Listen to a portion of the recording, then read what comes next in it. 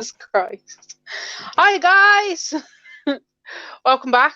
No, why do I say that? It doesn't make sense. You've not been here. Well, you have been here, but you've not been here.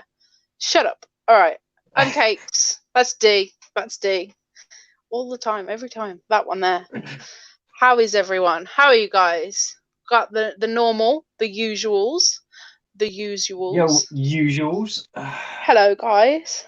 There is cat fur in my eye. Nice. Yum. Great way to start. Oh, yeah. How are you? How are you? How have you been? What have you been doing? Uh, Gaming. Really? With who? Yeah, I've gone back into gaming mode, unfortunately. Yeah. Oh, I didn't notice. Yeah. No, it hasn't been you dragging me onto Warface every day, like not at all. No, it wasn't me. I don't know what you're on about. I ain't lying. I've been gaming too, funnily enough. Why is in my eye? I think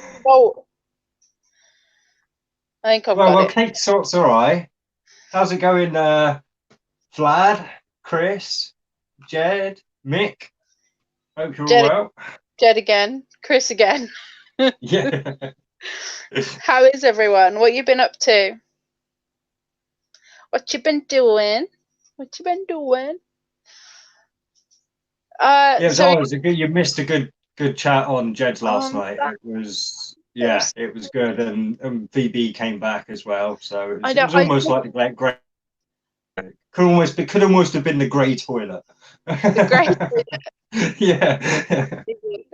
I got to just past where you got told off by Jed. He was like, "How dare you be like this when you're on my toilet? Don't speak to me like this when I'm on my toilet." And I was like, "That's amazing. That's brilliant." Yeah. And I got to that. Was that when I told you off for not saying hello to VB when he came on or something? Yeah. How did he? How dare you?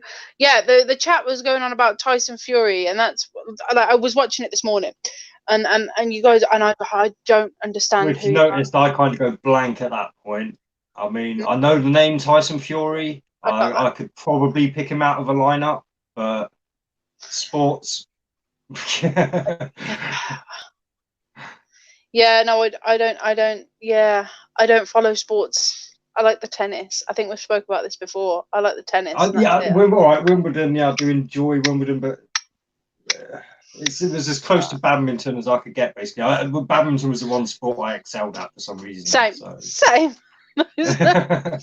Badminton and rounders. I was pretty good at rounders. I liked rounders. It's fun. Throwing a ball. Yo, Paul. Who's that? Oh, Paul. Hi, Paul. But no, I will watch the rest of it while I'm on the bus, while I am going to work. Commuting, yeah, whilst I am commuting. But I had to stop because I had to research for tonight, because it's not necessarily my strong suit at all. This is more D's. I don't want to say expertise and get people's hopes up and get people to be like, oh yeah, he's going to know exactly what. But it is something D's quite. That's why I've approached this to you, basically broached this with you, is because I do think now I'm at least ready to talk about this a bit more and expand on it, hopefully. Yeah. Especially the natural law side of things. The man's law, yeah, we're maybe getting to that a bit more as well at some point. But well, see, I studied man's law. I studied legal law. So especially employment law, I got distinctions in employment law, and that was the kind of one where I was like, right, I like this. So we've kind of got the opposite, you know. But I agree with you more than the law. So I'm multi. Well, we'll see. Like I say, because this, I mean, yeah, I've kind of like etched on this a bit in the past, and I kind of tried to talk a little bit about it on Jed's last night without going into depth, and obviously giving all the subject matter up last night. And yeah, it was. I should say, like Markpassio was the guy that got me onto the route of looking into natural law and thinking about natural law and really, yeah, delving into my understanding of it, basically. Yeah. And you do need a few prerequisites, basically. I mean, a few understandings, a few knowings. Basically, motion. So, right, motion, cause and effect, like basically, so motion. The underlying root of everything is it's in motion. Like if something exists, it's because there's movement. There's some sort of movement involved, motion involved, action involved. And it may not seem that way. Like I say, I mean, again, we are getting maybe slightly into particle physics and stuff, at least atomics. But I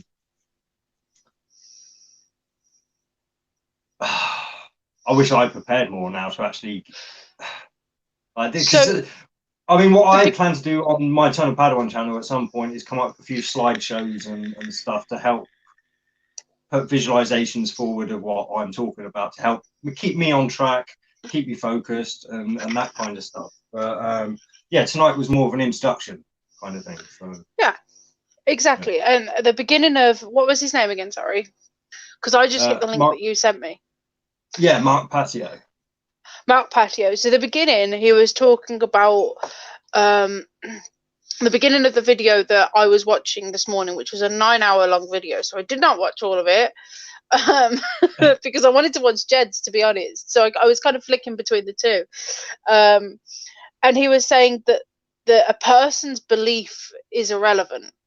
It doesn't matter if you believe, because it's in place regardless. And I think in a lot of, in not just about talking about natural law and man's law, but this is always something that really bothers me, is when somebody goes, oh yeah, I don't believe in cheese, or I don't believe in this. I'm like, but it's a thing. You can't not believe in it. You can not like it. You can not necessarily agree with it.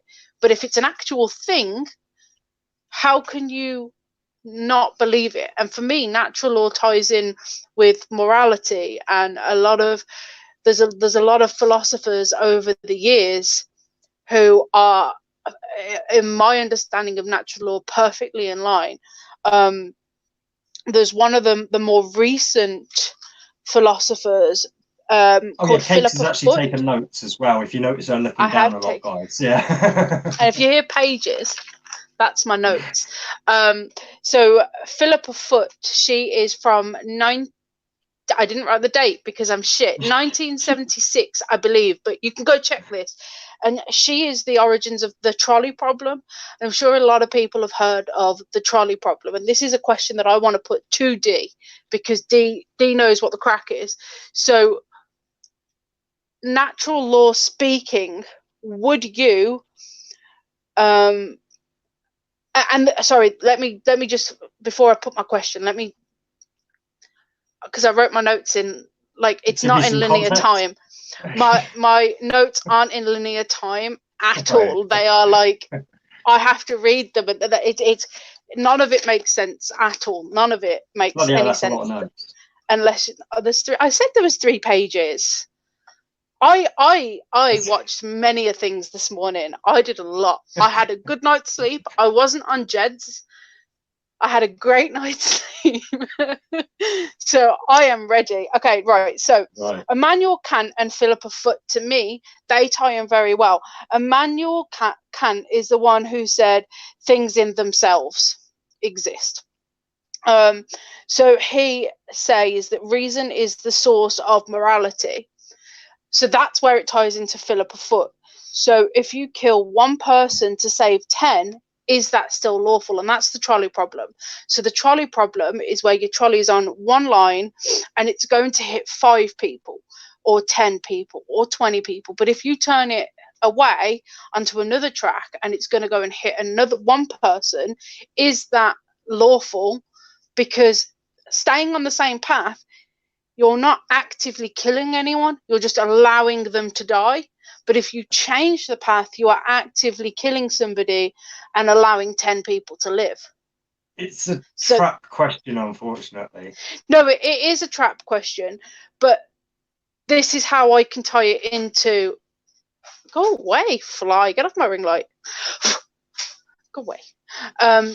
This is how I could tie it into natural law myself with philosopher. So I get that it's a trap question, but does either answer make you follow the lawful law instead of the legal law? Well, no, basically, all that does is show you your character in a set situation. Yeah. And that's why I say it's a trap question. The very fact that you have influence over an already established bad outcome, which isn't necessarily always going to be the case in nature, but in that particular instance is. So like I say, it's one of those trap questions that makes you sound really smart and moral in one way. But again, it's a trap because I mean, who's ever going to come up against that situation where you can save one person or a 10 or 100 or whatever, if you know what I mean? It's an extreme circumstance for a start, but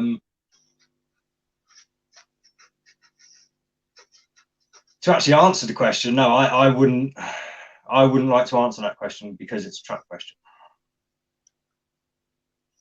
Okay. Excellent. Just ruined all 3 pages and of my not notes. in line with No, natural law. But again, we'll see, because it's cause and effect. This is the thing with natural law. It's very cause and effect. And unfortunately, with that question, the cause and effect is already in place. And with most decisions in life, you don't necessarily know the outcome. You can only know that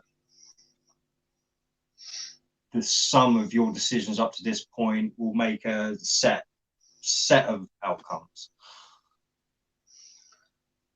If you get...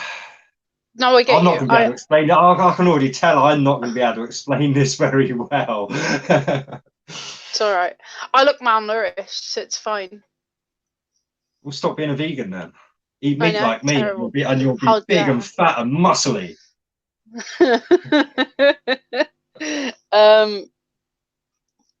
So, do you think that natural law is at all malleable in any way, shape, or form? No, it's right. See, natural law, and this is the thing. This is right. Natural law is there's no law that man can make that supersedes natural law. Basically, it's like this lighter. Yeah, what's going to happen if I let go of it? It's going to fall. It's going to fall to the ground. Yeah, off. But I caught it, so it fell into my hand. The fact that it is natural law, it's going to fall to the ground. Yeah, there are things that maybe we could do to stop that from happening. It's like we know we can now catch water and stuff in sound, and so maybe there would be a device, but we don't have that at the moment. So yeah, there are ways you can interfere with natural law, but that doesn't. You're not necessarily interfering with the natural law itself. You're just making a mechanism that counteracts a set circumstance. If you get me. I get you. So yes, it can be interfered with, but not without consequence. That's probably a better way of putting it. I'm being provoked. No. I don't represent a civilization, so that's fine. Represent me, motherfucker. Don't care. I don't want to eat a dead pig, thanks. Yeah, so to be fair, this is probably my fault with the tags, because you're a vegan, I'm a non-vegan. So in the tags, we've got vegan and non-vegan in the tags. Oh, so, look at you with your controversy. No, I don't give a flying fuck if you think I'm malnourished, or if you think vegans are malnourished. I'm not here for the health benefits. I'm here because I don't want to eat a dead animal. Well, funny enough, veganism does fall under natural law in a way. Go on then. And it is the prerequisition that it is possible for humans to survive on a vegan diet. If that is possible, then you're taking it one step further, and you're not subverting the will of animals, basically. Because humans are above animals in the conscious level of things. Now, there are many things that animals can do that we can't do. Don't get me wrong, because they're more in tune with nature. But yeah, we have the ability to process information in different ways than animals. And by asserting our will on them, it's against natural law unless it's for survival, basically. But that kind of thing comes into things a lot later in natural law. Like I say, natural law literally is it's how nature works. And like I say, it's where you come back to the cause and effect of things. It's like the past. You can't change the past. You can think about the past differently, but that never changes what actually happened. That's set in stone. That's objective truth or objective reality. It can never be changed. It can never. So the past, in a way, is natural law. It is a law because it can never be changed. It can never be pressed upon. It can. Like I say, we can change details and lie about it, but that doesn't actually change what really happened. So again, perceptions and reality, two different things. But again, and this is nothing of natural law. You have to also, if you don't agree that there is objective reality, then you may as well turn off now and it's a waste of time because you're not going to get anything from this.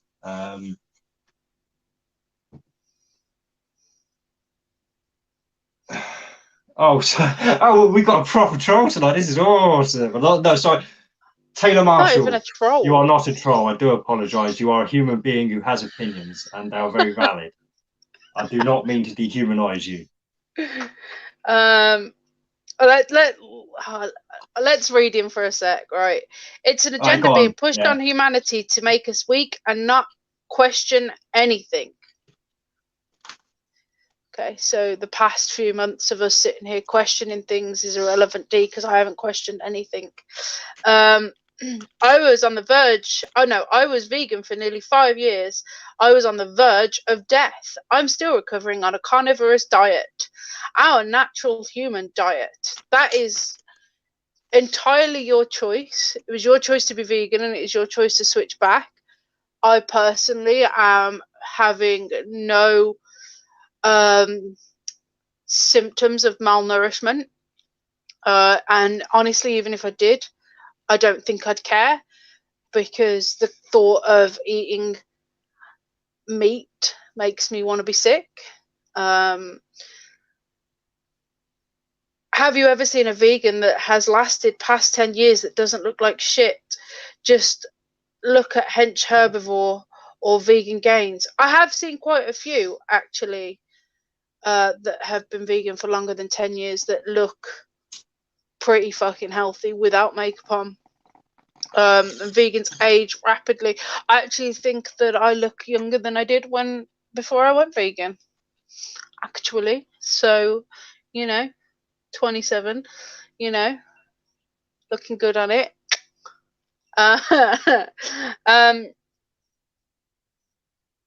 So I honestly don't give a fuck about your opinion. To sum up. Well, you obviously do, because you gave a fuck enough to read his comments out. Listen here, you. No, well, I read most of the comments out, No, I know. Oh, yo, NZD.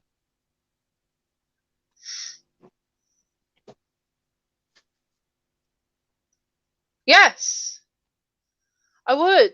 I don't care. I honestly am there for the animals, not for my health.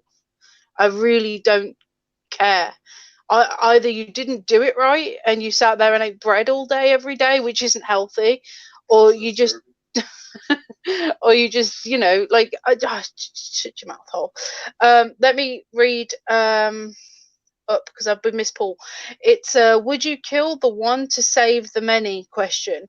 If you say yes, you basically agree to allowing doctors to practice medicine on us instead of having perfected it first, or something to that effect.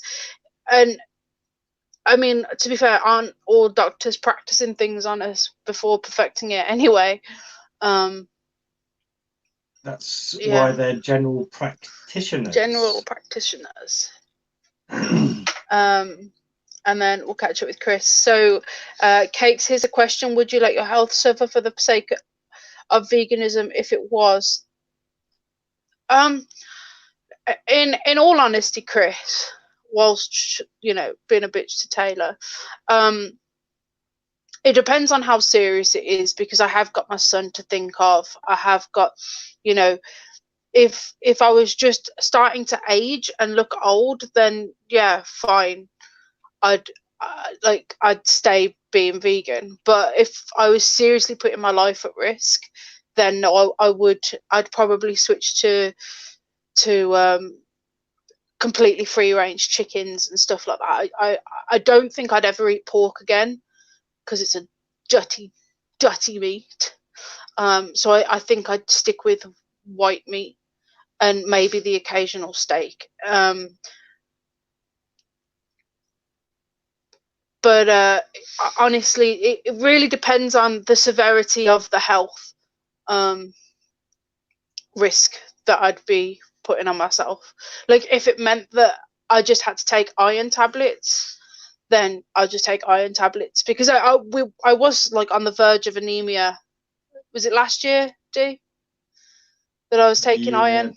It was like a year ago, I think. Last year or the end of the year before. I was finding it was around then. I was finding myself to feel quite weak, and I was talking to Dee about it, and I started taking iron tablets, and then I just started implementing more leafy greens into my diet, just to give myself that boost. But I feel much better now. Yay.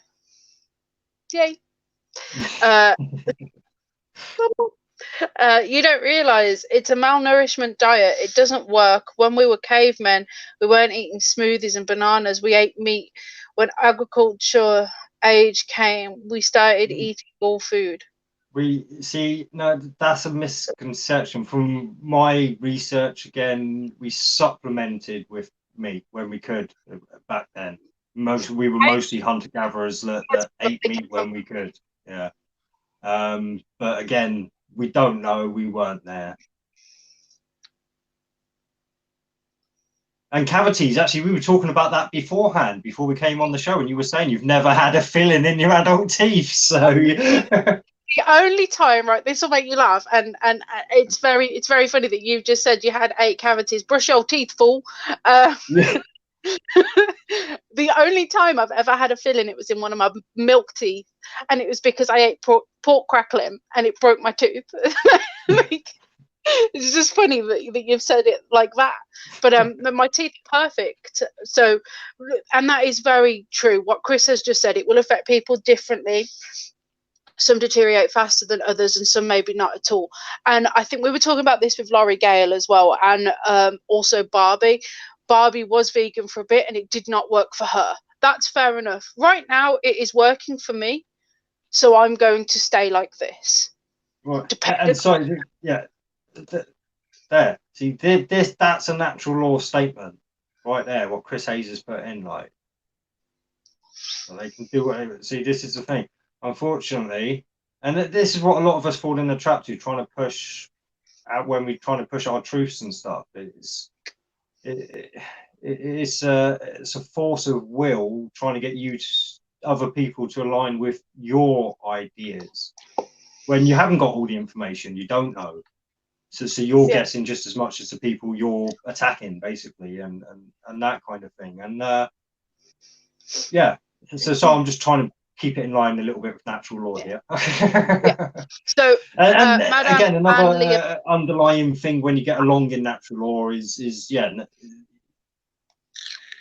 a better outcome comes from things when you don't impose your will on others, basically. Yeah, so the way I've seen natural law is not stealing from somebody, not stealing something, or because if you steal something, you can steal somebody's well-being, you can steal somebody's free will, you can steal somebody's life, their experiences. The only crime is theft. There is no other crime. That's what I mean. Right? Yeah. Yeah. Because, So, like you say, it's again because each description of what you just said is just a description of a different way you can steal from something. So yeah. So without the legal law, how would there not be like tyranny? How would there not be Tyranny. like crazy people running around in the street stabbing people if there wasn't consequence? What is the consequence in natural law? Right, in natural law, the consequence is ostracization. And basically, as much as people think, no, don't need anyone else, I can do it all myself. We need other people to live. We're a tribal species, from what I can tell. And best way to deal with people that don't fit in to your way, and if your way is natural law, would be to put them out. They'd naturally either go off and find another troop that would accept their unnatural ways, or they'd die. It's kind of natural selection, creatures, but not natural. It's people just following natural law and not accepting people that don't follow natural law around them, basically. Yeah. Because I went on a slightly deeper path of a kind of external force condemning people who don't follow natural law. So I was thinking like karma. Yeah. And let me find where I wrote it. I didn't write it. Yeah, well, karma is part of natural law, but the effects aren't instantaneous. Like you do something bad, you don't instantaneously get something bad happen to you, and it does. Just because you do something bad doesn't necessarily mean that you are going to receive the results of that bad doing. Yeah, I know the mainstream karma has made you think that, but it's like the reason the aggregate society is unhappy with the way things are is because we are suffering the karma of what's happened before us. So, like I say, there's nothing in this world we don't deserve. That's part of natural law. Yeah. You reap what you sow. Yeah. And the sins of the father are passed on to the son. Yeah.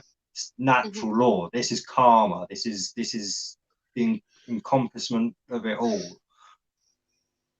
on a grand scale, not just on your individual scale. Yeah. I'm going to quote the Bible. Both of you. I got both of you. Oh, okay. Yo, sorry, before you do, yo, madam, yo, Lee, how's it going? Said hello. You weren't listening. Oh, I didn't, and I forgot, and I just noticed, so. Not paying attention to me. Yeah, I know.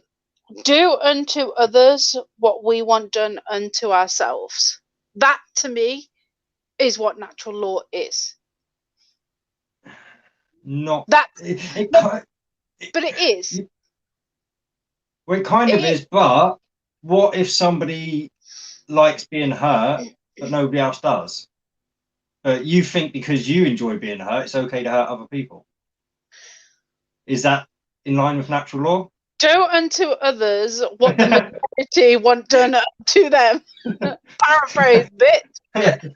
See, this is the thing. There is nothing in natural law you can encapsulate really into one's like euphemism. I know that there are lots of things that you can see natural law, and like when I brought Chris's sentence up earlier and stuff, like and yeah, but it is there's usually a lot more to it. There's usually a lot more to it. Yeah. A lot more unthinking to be done in a lot of cases. But could you simply say natural or lawful law is that in which is natural to the majority of the people? Could you say it like that? No, it's got nothing to do with majority of anything. Unfortunately, this is when you're getting into subjectiveness, and that's like, in a way, yes, there is obviously there's a subjective overview of an objective reality, but that doesn't mean your subjective overview is right or in line with natural law. Okay. Well, like I said, it all comes back to the kind of the lighter thing. What's going to happen if I drop it? If I let go, it's going to fall. It's natural law. These things are going to happen, whether you believe they're going to happen or not, whether you want them to happen or not, whether you think they should happen or not. It's the unimmutable truths, right? Or the unmutable truths. Trying to use big words when I don't know their meaning. So I want to talk about legal for a second, because this is where I like to pick it apart. Okay, so a lot of the legal system derives from the teachings of the church and derives from protecting the church, and this to do with the church and that to do with the church and the government. Something that I found super interesting was I was reading on the English government websites earlier, and at the bottom of most of the pages, whether it be like HMRC or literally at the bottom of every single page, was a summary of that page. The summary of the Ministry of Justice, I personally thought was hilarious. So the Ministry of Justice is a major government department at the heart of the justice system. We work to protect and advance the principles of justice. Now, I find this really fun, because to me that goes complete opposite from what you have told me about lawful and lawful law, because it's a corporation. It's a government body. The government is a corporation. The government is a company. They receive money and they dish it out as though they're a charity, where it's, you know what the government is. Shut up. And Mafia, it's and it's a justice system. So it's not a preventative measure, it's not a teaching measure, it's not anything like that. It's literally there to force justice upon people, no matter what they've done, whether it be what we would consider a petty crime, or like a little crime, or a big crime like a serial killer or something. It's a justice system. And then where it says we work to protect and advance the principles of justice. It's not to protect and advance society. It's not to protect and advance the people. It's to protect and advance the justice system, which to me is, they're all in it for themselves. You have to pass the bar exam in America to be part of the Justice Club. They get like free get out of jail free cards and handouts and whatnot, and almost as though they are above the legal law. Obviously nobody's above lawful law, because we're all treated the same under lawful law. There's criminal law, and then there's corporate law, and and so the criminal law is more or less in line with natural law. It doesn't necessarily mean that the punishments are, but it at least the idea behind them are more in line with natural law. But when you get into the legal side of things, then that's when it's all about subverting natural law to align with desires of man, basically. And the natural law, as you have just covered, is unchanging. It is unchangeable. It is a forever constant. It has been the same and will be the same. Always. forever. Yeah. That's undeniable. But they said to protect and advance the principles. To protect and advance the principles of justice. How can you advance something that is unchangeable? Now, obviously, that's because we're talking about two separate things. There's the lawful law, which is unchangeable, and the legal law is changeable because they can amend the amendments, amend the constitution, they can amend our laws, and they can change loads of different things. But yeah, so calling it a law in itself is a joke, to be fair, because the very definition of law is unchangeable. It's just cannot be changed. So yeah, it's laughable in of its own description. Well, yeah, you can call like a scientific thing like Ohm's law, like the ohmage of something. So my vape has an ohm, and that is the amount of current that can pass through the coil because of the thickness and the size of the coil. The Ohm's law will never change. It's voltage times something equals ohms, and that I think it's voltage times watts equals ohms, and that is unchangeable because it is Ohm's law. And there's loads of other different scientific laws that are unchangeable because you cannot change the physics and the chemistry of, well, you can change the chemistry of things, but you guys know what I'm trying to say. Like, when something is called a law, that usually means that it is a fixed absolute truth and a fixed absolute thing. So why, you get what I'm trying to say? You get that I'm trying to pick apart this, don't you? I'm making. Oh yeah, no. Yeah. It's like well, like I say, it's something that cannot not be. Yeah. Exactly. Yeah. And then there was another thing, Her Majesty's Courts and Tribunals Service. That was the other thing that I read on the website, and I thought that was noteworthy. Her Majesty's Courts and Tribunal Services. So it's her company, it's her business. She runs that. That's why the Queen can't be prosecuted under anything but. I think she can fall under criminal law, but she can't fall under any other legal legislation because she'd be going against herself, and you can't do that legally. No, you can't try yourself. You can't sue yourself. You can't do that. I'm pretty sure I read a few years ago that somebody with schizophrenia was trying to sue or trying to imprison. That they went to the police because of the person inside of their head. Right.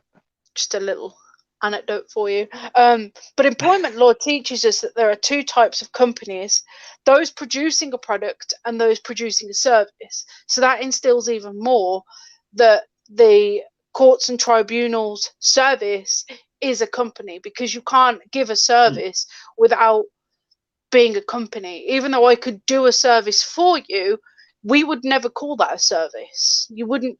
If I did something for you with no money, I'd still get gratification. Pardon? It'd be a favour. It wouldn't be it would be a favour, but you'd still get gratification out of it. Like, I'd still feel good for helping you do something, even though that's not a company. That's the only thing I would get out of it. So it's not a company if I do something for you. Like right now, we are providing a service for you guys, and we could get paid for it. We don't, but we could. So this is still a service, and thus me and Dee are in business. This is a job, so to speak, even if you call it a hobby. No, but you know what point I'm trying to play, Mr. Devil's Advocate, dickhead. Fight me, fucking cripple. I'll hit you with my walking sticks. Hit you with my crutches. Well, I call them cripple sticks. And that's my feelings on the legal side. I don't know how much of what I've said you agree with.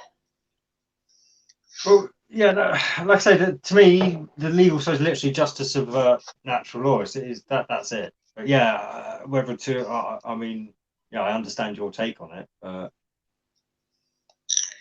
I don't think it is justice of natural law. I think it can be justice of natural law, but I don't think it is justice of natural law. No, it's what's the word I just used? Subjective. No, subversive. Subversive. Legal law is there to basically underline natural law, and not as if to make natural law not exist, but to try and pretend that it doesn't exist, to make us think that what we say has more authority, I suppose. Yeah. No, I see what you're saying. Yeah. I see what you're saying. But I don't think that. I suppose I just don't like the legal system that we have in place right now. Yeah, I think it's pretty shit. Yeah, well, yeah, no, it's crap on the very basis that you have to legally know every single legal statute. If you don't know them all, you're breaking legal law, and that in itself is ridiculous. Because there's what 67,000 of them at least. There's a lot. There's many. Yeah. But no, it really is. Yeah. It's a joke. Man's law is a joke. It really is. Man's law. Because again, it's based on this subjective morality.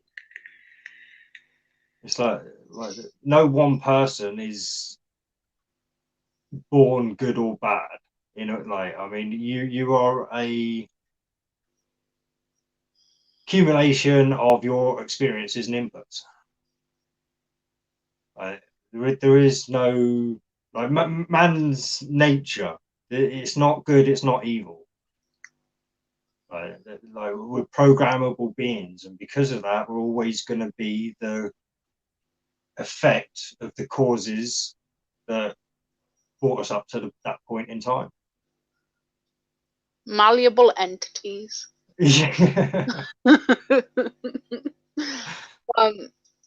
True, a crime is only committed when there is an injured party. So when I get stopped for a busted taillight, it's not a crime. Yeah, I could get a ticket, which is extortion. Cops say it's a violation of.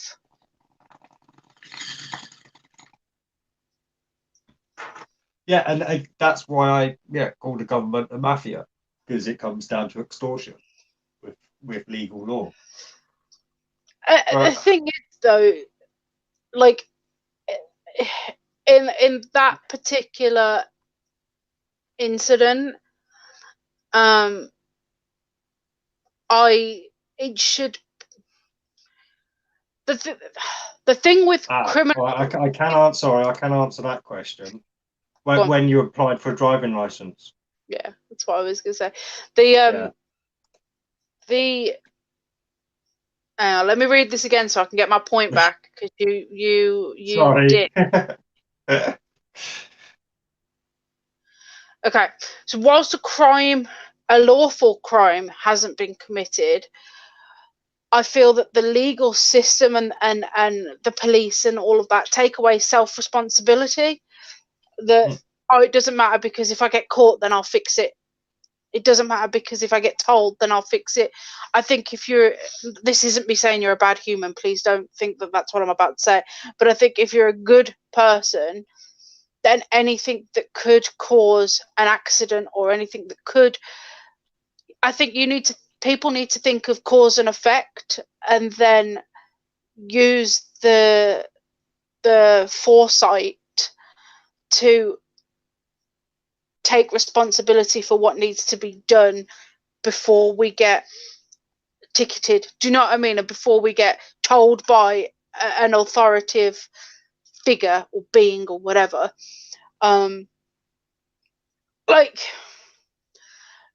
Littering, for example. Littering isn't a lawful problem. It's not a lawful issue, because actually it kind of is. It can be, because you're taking away somebody's ability to see a street as beautiful. You could be causing somebody to Exactly. Yeah, trip yeah. up You're and stuff like imposing that. your waste on other people. But That is whilst an yeah. but I think it's more a legal issue, because the public footpaths are owned by the council, which is a company, it's a corporation, it's a business. So that's where you'd get ticketed. I've got hiccups again. That's where you'd get ticketed for littering, because you're going against the corporation. But as a responsible citizen, you don't litter because you don't want to like ruin the scenery for other people. So I think there are two reasons for you to not litter. And I think the more important reason for you to not litter is because you don't want to ruin. Yeah. Exactly. You don't want to ruin the scenery for other people. You don't want other people to be walking around in your filth and other people's filth. I don't think you don't litter because you don't want to get a ticket. Like, I have never been like, I'm not going to litter because I don't want to get a ticket. I've always been like, I'm not going to litter because I don't want to create a mess for other people. And I think that's where consideration and our natural human instinct, I suppose. I mean, it's not an instinct because my mum taught me not to litter and my dad taught me not to litter. Yeah, but why did they do that? Because for the maybe same it started off as reasons. an instinct not to do it because it Yeah, was seen as an imposition against others. And again, this yeah, is what I mean. Most of what we see as law today just stems from, like you say, the basic natural instinct to follow natural law. We all have it. We all have it inbuilt. We don't need to be told. into the shop. And again, yes, all right. Some of us have subverted, yes, definitely. And again, that especially since mass media has come along, it's very, because we are programmable people, so it's very easy to take us off the path of natural law because we are individuals and we do like to think of ourselves as special sometimes. And some people think they're so special they become, I think it's solipsists. That's the word I was looking for last night on Jeds, when you think you're the only person that exists. I watched up until then, and you were talking about well, I watched that bit, I should say, and you were talking about in a video game, if you can't see it, the game hasn't loaded. Like, the game's no, it's not. only. It hasn't loaded. It's not pixelated. It doesn't exist in the realm of reality in the game until you turn to look at it, and then the pixels become into place and exist. Yeah, I didn't explain it very well last night. I know, but I knew yeah. what you were trying to say, but does that not? But that's there, so it's there whether you see it or not. So is it just that your perception is changed? Because you were talking about quantum mechanics, and I honestly don't. I think that it's just that you can't perceive it. It's not that it's not there. It's just because you can't see it, you can't perceive it, even though it is there. You know? Yeah. Like, the information's always there. Put it that way. It renders regardless. You know? Not necessarily renders regardless, but the information, the underlying information is always there. Yeah, but like, if you load into a game, that is going to render whether you're looking at it or not. Like, if I look at it and then look away, is it still there? Yes, it is. I just can't perceive it because I'm looking at something else. Yeah. But again, in the rule in quantum physics, no. Literally, as soon as it's not observed, and that doesn't necessarily mean you're the observer. See, this is the thing with quantum physics. We don't know who or what the observer is. Now, we can certainly observe, but that doesn't necessarily mean that we are the overall observer, if you get me. Yeah.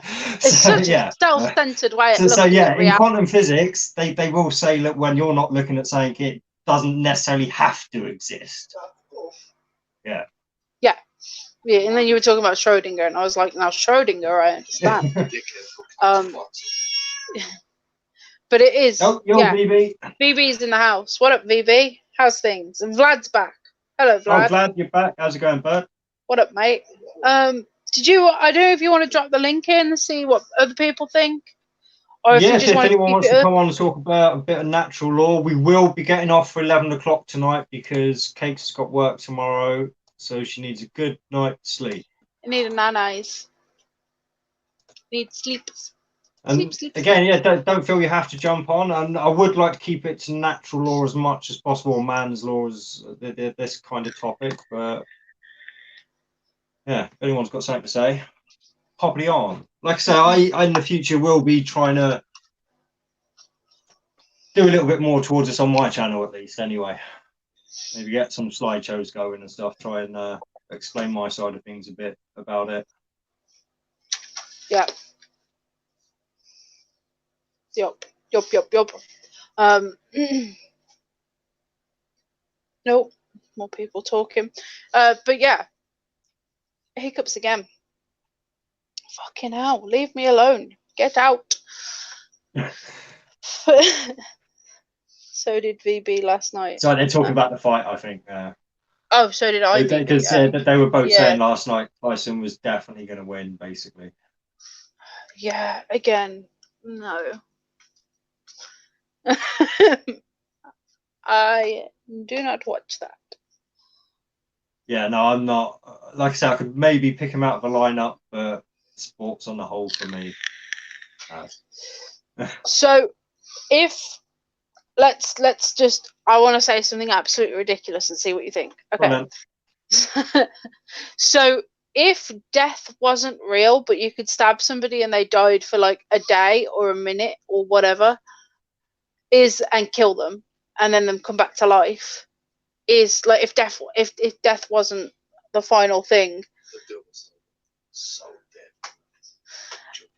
would that still be unlawful? Again, unfortunately, You're not going to answer this question either, are you? no, it's not. I can't. Right, all right. If for some reason that was natural, that you couldn't die, and that was part of nature, so that now becomes natural law, right? Under that circumstance, if the person's a willing participant, then it's lawful. If they're not, and it's inconvenienced their lives, then it's against natural law.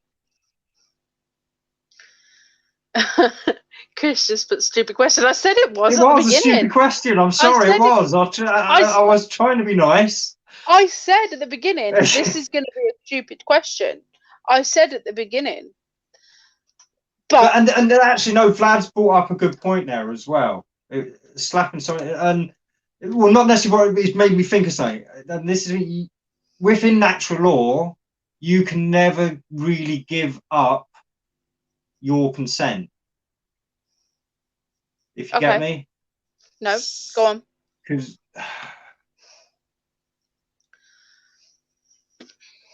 right, order followers. I did that because I was told to.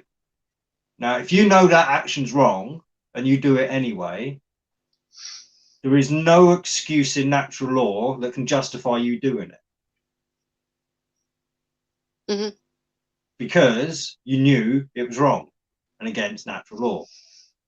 So it doesn't matter if you've got a gun to your head, there's no excuses for doing an action against natural law because you're going against natural law. Whether morally, maybe you should do it to save yourself, I don't know. There's many different circumstances that surround that, but I can't think of many that would be in line with natural law. Okay, so what if you don't know that it's wrong? Are you ignorant or nescient?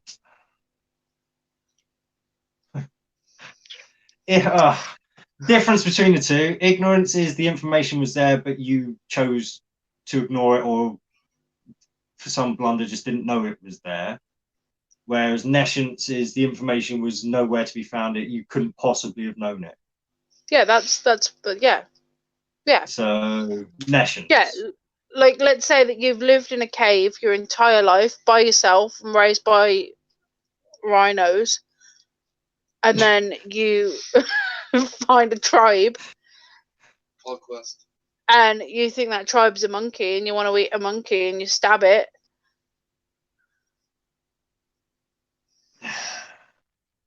So that's actually quite a tough one. That yeah, it's still against natural law. What you're at, whether you know it. See, this is the point. Yes, it's a kind of, yeah, that's the whole point of natural law. Whether you know it, whether you could know it, whether the information was available to you or not, doesn't matter. It's going to happen anyway. The consequences, the effect is going to happen if you put a cause into effect. Yeah. So Matrix okay, goes into it quite well in one of the Matrix movies. What if you were disabled and you had no idea the consequences of your actions and you hit someone? Let's make it simpler. Hit someone. Yeah.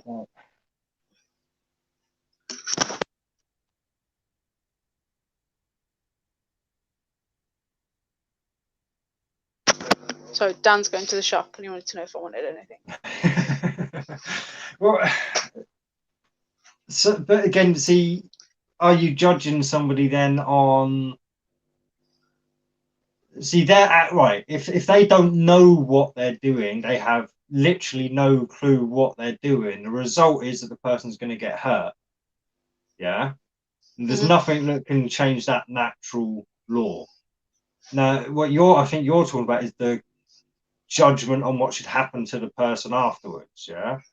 No, I'm asking if can you go against natural law if you don't understand consequences and you don't understand. Well, no, because you slapping someone is gonna hurt them whether you understand that it hurts them or not. So that's my question. Does natural law apply to everyone regardless of their understanding and mental capacity? Because natural law doesn't, on a human level, doesn't apply. Natural law on a human level obviously wouldn't apply to my cat. Let's say a person had the brain capacity of one of my cats. Would natural law still apply to them? They have the brain capacity of a cat. They're not a cat, but they have the same brain capacity as a cat. They hit somebody. Does natural law apply to them, or are they on that different level of their own natural law? And you have to, I don't want to say judge because I'm not talking about judgment and prosecution and stuff like that. I'm not talking like that. Do they get judged on a different level of natural law? No, because is it universal as long as you're a human?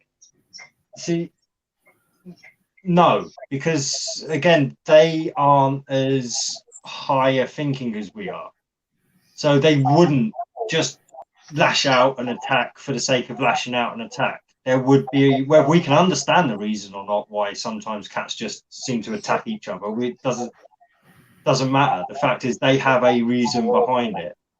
Yeah. And cats understand these reasons. You get me? So they're not just going to randomly whack something just for the sake of whacking it. So they're not going to go against natural law naturally because they're not high enough to think about it. So yes, natural law still applies to them, right? There's, like, if they pick up something and let go of it, it's still going to fall to the ground. If they strike something, it's still going to hurt somebody, whether they know it or not. This is natural law. Okay, can I have a now, should they be held accountable for it, and then you're starting to get into man's law, exactly stuff, that's why I don't want to. Well, a cat's doing it for its survival, isn't it? Yeah. This is where I look at natural law. You get a failing for a failing. Any justification of what causes our failing is different for all of us. But it's the failing you get back.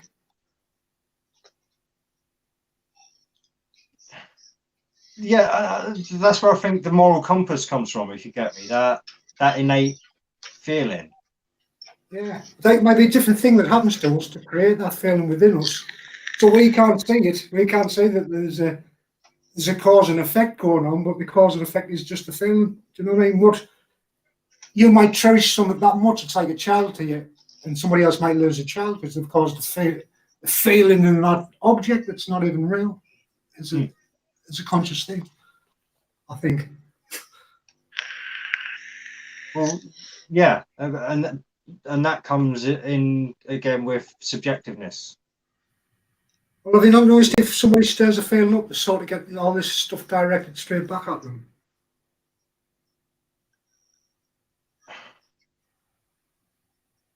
Well, yeah. I mean, there are certain things that can be said, certain, I don't know, smells you hear, sounds you hear that can bring up past stuff on that. But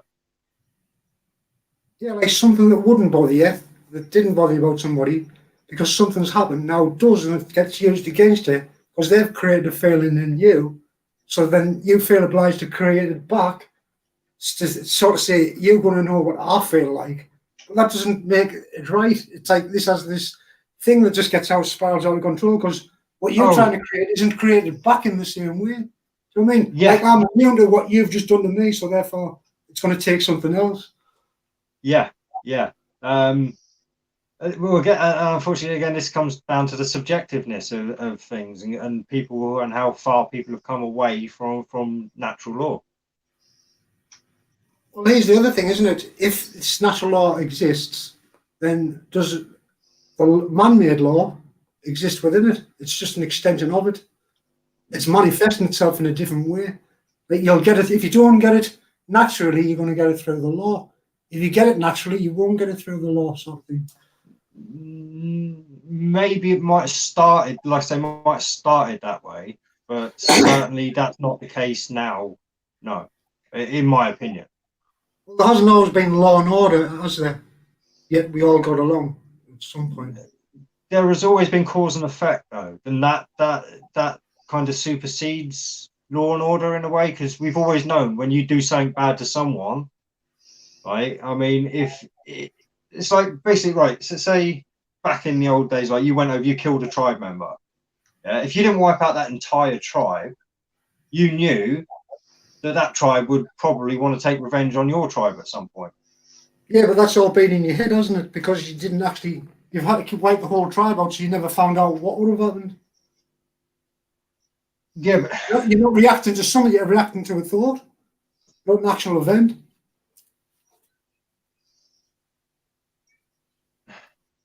Anything could happen, couldn't it? Like you could make friends with the last members of the tribe, but because you think they're not going to forgive us because you wouldn't forgive them, then you carry the act out, so you've got no way of knowing in them situations, have you? It's only what you're thinking. Well, no, and again, well, this is where the whole karma comes in. Like I say, it takes away the ignorance and the nescience aspect of anything. Like you don't have to. This is what I mean. You don't have to know natural law. You don't have to agree it exists. You literally, it doesn't matter. This is going to take place anyway. So would you say nature takes it the easiest route, the path of least resistance? No. No. No. So why not? Well, just not in every case. Well, if things always went for the easiest option, we wouldn't have complex life forms like we do now.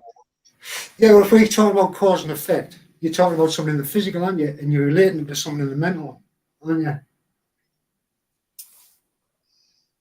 Yeah, but that would be presuming that the mental is separate from the physical.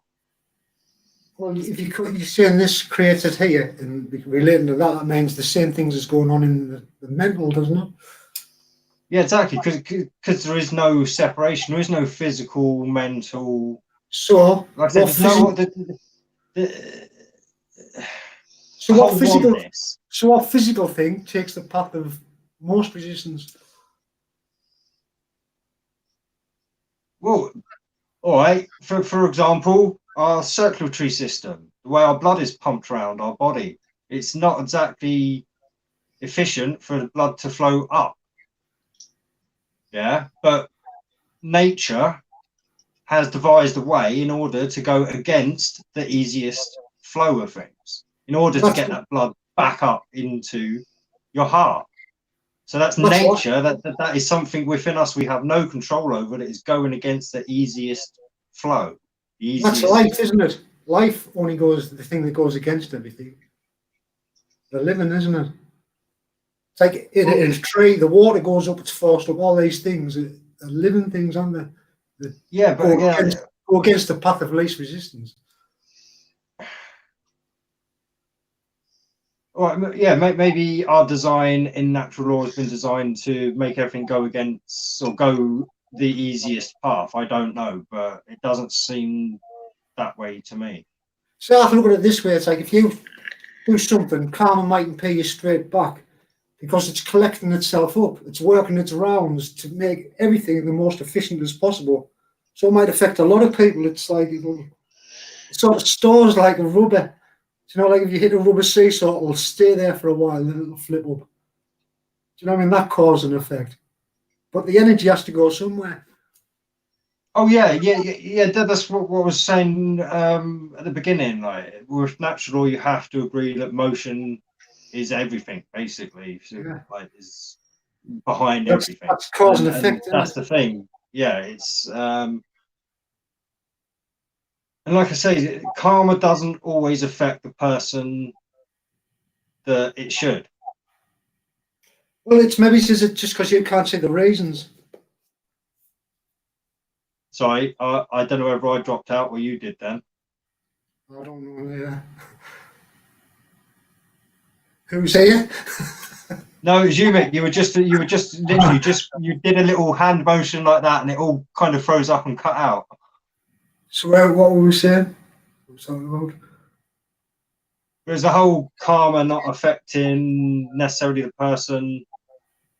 All right, set yeah. cause in motion.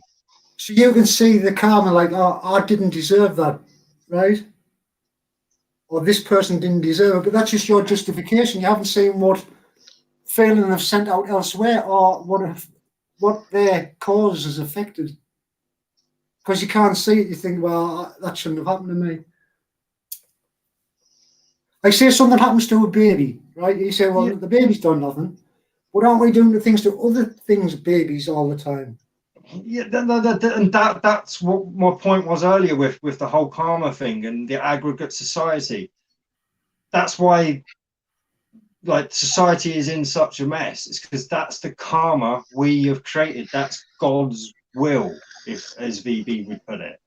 That's As VB has put it. We get everything we deserve. So if a baby dies, it itself may not deserve it, but in nature, it got what was caused.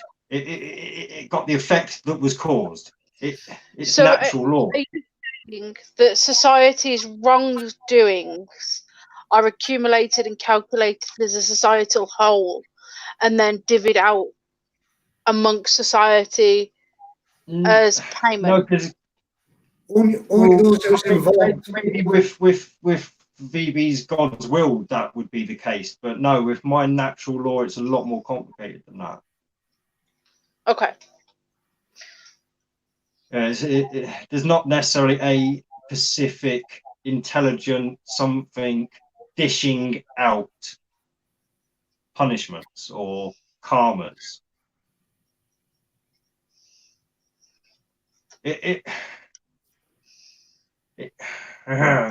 say it's cause and effect. You see enough of the patterns, and yeah, you're like, all right, we don't know more. I certainly don't know this whole subject in and out. But if you break it right down to the basics, cause and effect, that's it. That's it in a nutshell. Yeah. All the details you add onto that's like your own reasoning, and that's all. It doesn't affect nature's mechanisms, if you know what I mean. It is what it is. As soon as you create something here, you create the opposite there, don't you? Yeah. Well, the counter, not necessarily the opposite. Like I say, yeah, because you know me, I don't believe in opposites. There's no such thing as opposites. Yeah, well, you couldn't have light if you didn't have dark, could you? It's only when we see that balance in between, you can see. You need the dark as much as you need the light. But if you only have the light, you've got nothing. If you only have the dark, you have nothing. Yeah, but again, it's not an absence. It's not an opposite. It's an absence. Right? Light is the absence of dark. Dark is the absence of light. There's no opposites involved. What does it cause, though? Know what it is? What does it cause? Oh, You see the everything. balance it causes you to see, doesn't it? It's like you have to have the contrast between the two. Otherwise, you see nothing. If you only see the one, you've got nothing Yeah. at all. Like I said, I'm agreeing with everything you say, except when you say opposites. That's the only word I'll disagree with. Every other word you've just said, Well, 100%. Yeah. if you watch Markpassio, that's what he talks about. Dualism. That's natural law. As above, so below. Yeah, but it's not opposites. Well, it is. Oh, how is it not? It's degrees, like you say. That's it. It's just degrees.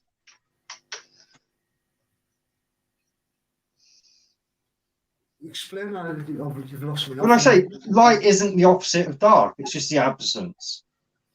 Yeah, hot isn't the absence of cold. Hot isn't the opposite of cold. It's just the absence of heat. Of heat. Yeah. So, when you took the DMT trip,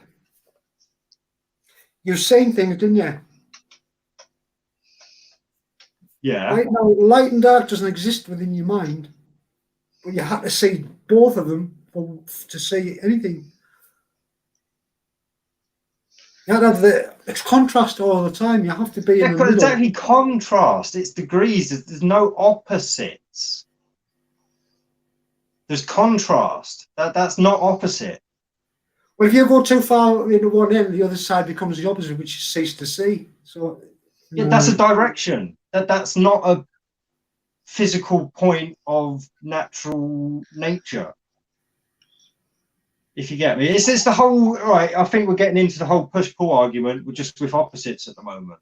But well, it's just dualism, isn't it? It's like I see it as a dualistic thing. You don't. see, everything for me is the We're wave. not seeing the same thing. The wave, the up and down.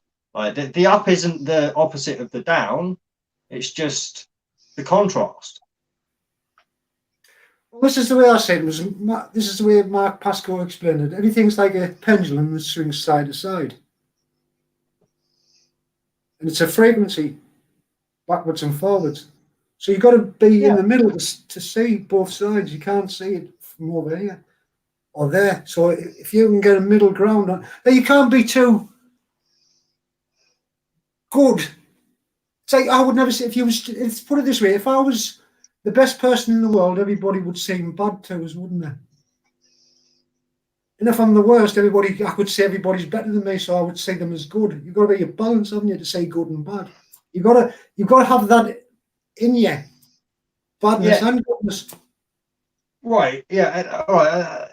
Yeah. No. And well, this I think it's not. You have to have them in you. That's the whole point. You have them in you. Yeah, but it's what you display. It's what part you see. Some people want to be too good, don't they? It's like, I'm too good, so therefore other people can walk all over you.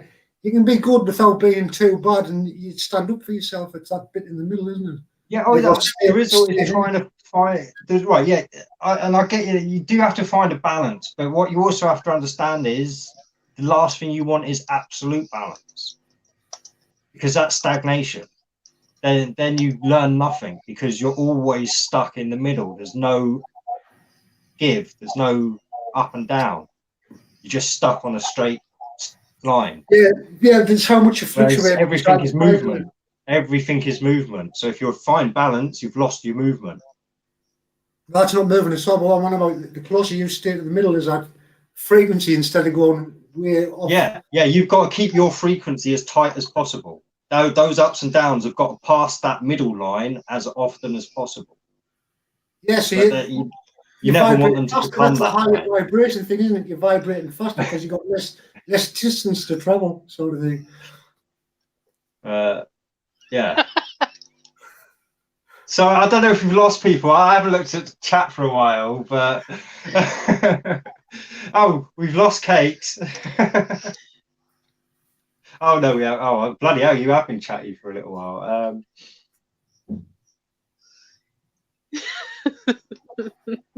It's just VB. You're starting to learn. I don't think I spelled influencing right. I don't have my autocorrect on the laptop, so please correct me. But yeah, I mean, yeah, yeah, the God talk, like I say, it's just another way of kind of trying to display natural law in a way, but. Well, if Yeah. say God or religion does it for you and it learns you to live a life a certain way, that's fine, isn't it? It's like if you want to make a story up to live a life a certain way, in that story, like a little rhyme to make you remember things, almost, if it's that way, because you can recite these verses off. If that's a better way to live, then what's wrong with that? In natural Yeah, law. no, yeah, no, there is nothing wrong with how you live as long as you don't enforce your will on others. That's it. It's like, don't do it. Sorry, Jehovah's Witnesses. Sorry? Jehovah's Witnesses. Sorry, Jehovah's Witnesses. Because they're always knocking on my front door. Yeah, but telling me I need Christ. They're not actually imposing their will on you, because if you were busy and you were doing something else, you wouldn't be opening the door in the first place. So the only reason you're opening the door is because you have the time to open the door. No, I open the door because it's rude if you don't then open have the a door. choice to turn them away or listen to what they're saying. But I see now. There isn't a polite way to tell them to leave me alone, because you tell them you don't believe, they start telling you you should believe. That's telling me how to live my life. If I tell them I'm busy, Nobody says they'll be like, you have to be polite in natural law. There's no politeness in natural law. But I'm polite. Well, I'm a peach. That's your own fault. Tough it's not. tip. It's my parents' fault for raising such a nice person. So how would you sidestep the consequences of it? Nobody. That's the whole point. The consequences are what happens when you set a cause in motion. You don't always know what it's going to be. Nature doesn't know what it necessarily is, but it's going to. Well, that nature, like, that's assuming nature has intelligence. Like, nature, as far as I'm concerned, is a set of parameters in which we can exist. It's just so you can't fall out of those. So anything outside of that is not existence, basically. And yes, you could. Well, we as humans have pretended that natural law doesn't exist. All that's done, like I say, is left us in this state that we're in now as a society, which I think most can agree isn't the greatest thing going. So we're seeing the results of not living in line with natural law right now. So why does natural law sort it out? Well, it is. It's trying to. That's why most of us are suffering in one way or another. So is it your fault? Just because we're not listening to the suffering, just because we don't get why we're suffering. And even if you particularly, not you, but anyone out there, if you in particular aren't suffering, then you're just haven't been caught up with karma. Like, I mean, I don't know anyone who hasn't suffered at some point in their life. Well, you've got to suffer, haven't you, to know that when it's good? No, because I'm actually. I feel like that statement's a cop-out. I feel good when I feel good. Yeah, I don't feel good because I felt bad. Yes, I appreciate feeling good more because I felt bad. But so how do you, hang on, if you've never felt bad, how can you differentiate between good and bad then? The feeling of good and bad. No, again, there is no good and bad. Well, you're describing it as good, feeling good. No, there's in line with natural law and there's not in line with natural law. There's not good or bad.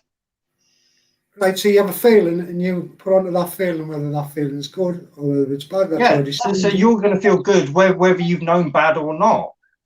Like the emotions, the hormones, the feeling good. All right,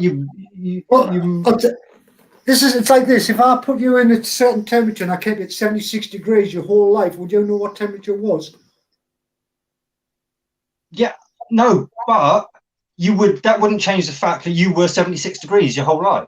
No, I would know, but you wouldn't experience any differentiating. If I was trying to explain it, you know that me not meant, again.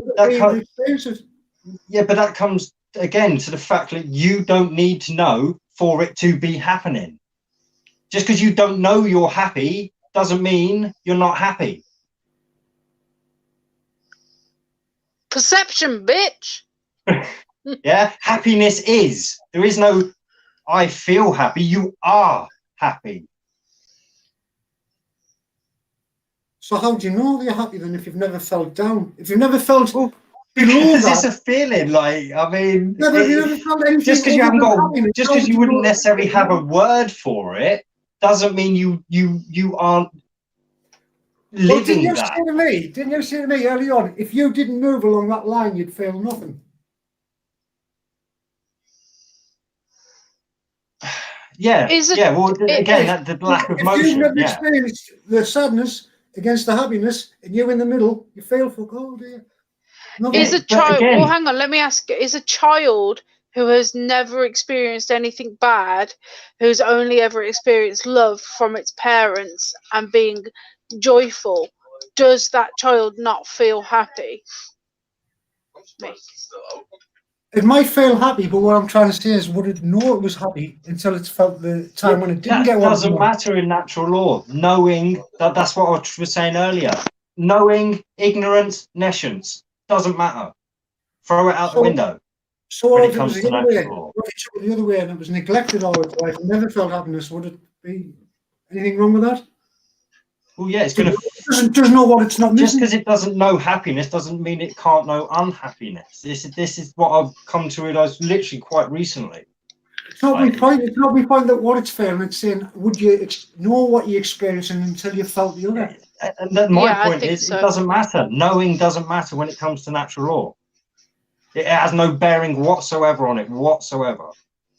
Because what's happening is happening. That's natural law. It doesn't matter what you know, what you think, what you don't know. What is happening is happening. It's objective. It's happening. But for natural law to work on your conscience, in a conscious state, you have to know what's happening, don't you? Otherwise, it's having no effect on you at all. So therefore, you've sidestepped it because you feel nothing.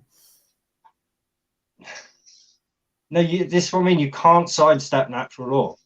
So then, if you can't feel, if you always felt a certain way, how can you feel? To get the feeling of feeling down or up, how do you know you're happy? You don't. You don't need to, because you are. But how can you make that statement that you are? You can't, because you wouldn't know. So you wouldn't have to make. You wouldn't feel the need to make the statement in the first place because there would be no need. So if you have contrast and you feel pain, you know, it's like, doesn't a scratch feel great when you scratch an itch? Yeah, yeah. Yeah, but if you just start scratching yourself, doesn't feel great, does it? You've got to contrast one with the other to know what. Yeah, only if you want to know. All I'm saying is it doesn't matter whether you know or not. Natural law is going to happen anyway. Natural law says we experience all these things as we go through life, don't we? Well, yeah, because in natural law there is no always up and always down. There is, like you say, movement. Like I was saying, there is this movement. There is this contrast. So you can say, what if somebody had never known unhappiness? There is never anyone that's never going to know unhappiness. Again, it's a trick question. It's a trap question. But the reason you know something's good is because you've had it bad. You know something's good because you've had it bad before that, don't you? You know it's better than somebody who was born into it that's got it good all the time. No, like I say, you may appreciate it more, but the effect is the same, whether you actually appreciate it more or not. Is the feeling the same? The feeling is exactly the same. Your appreciation of the feeling is the only thing that changes. Your subjective perception. What is appreciation then? Is subjective perception. Is it not feeling? Well, yes, a subjective perception of a feeling. Right. And what does that make? So I don't necessarily feel happiness the same way you do. Does the feeling of appreciation make you feel higher on the state of nothingness? Does it make you feel up there and maybe happy other than not being appreciative of something? I would imagine it would depend on how far into your ego you are. Well, could you appreciate something and not be happy? Yeah. Truly, like what? Well, I appreciate the fact I can breathe. It doesn't exactly make me happy. It's a pain in the arse Oh, after the so you're breathe. trying to say if I covered your mouth and stopped you from breathing, you wouldn't be not happy, Well, yeah, exactly. I'd be unhappy, but right? So that's therefore, because you've taken away. Yeah, but up until the point that you taken my breath away, there was no emotion either way. If you get me, Right. So you take for it was. granted, It right? just was. If everybody in your house had a respiratory problem and they couldn't breathe, would you be feeling more appreciative that you could breathe, that you didn't have the problems not breathing, even though you haven't changed? Well, yeah. And that's the subjective take on an objective reality. And the other thing is with the cakes, could you think you could bring a child up so it never felt any disappointment and only felt happiness? So you broke up. I don't know whether I broke up. I heard him. He asked me if I think I could bring up a child where they'd never felt Not disappointment. particularly you, but anybody. Yeah, no, but I was talking about a small toddler who would like. I don't think that in the first couple of years my son would have ever felt disappointment. You know, but then at the same point, it's difficult to say because you know, they feel hungry and stuff like that. Is hungry sadness? Do you know? Being hungry, is that upsetting to a child? Probably, because they get hungry very quickly. So it's a difficult thing to say. Yeah, carry on.